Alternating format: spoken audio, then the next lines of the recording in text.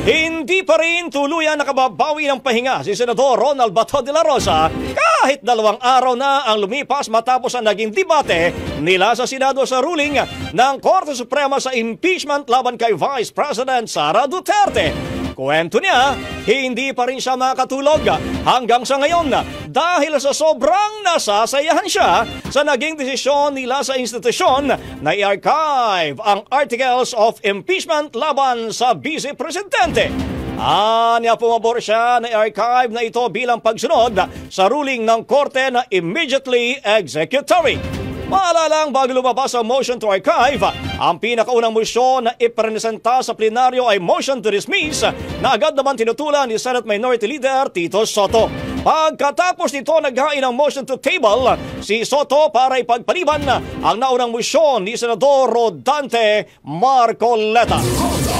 Ang bahaging ito ay hatid sa atin ng Maxan Mangosteen Santon Coffee. Max Healthy, Max Sarap.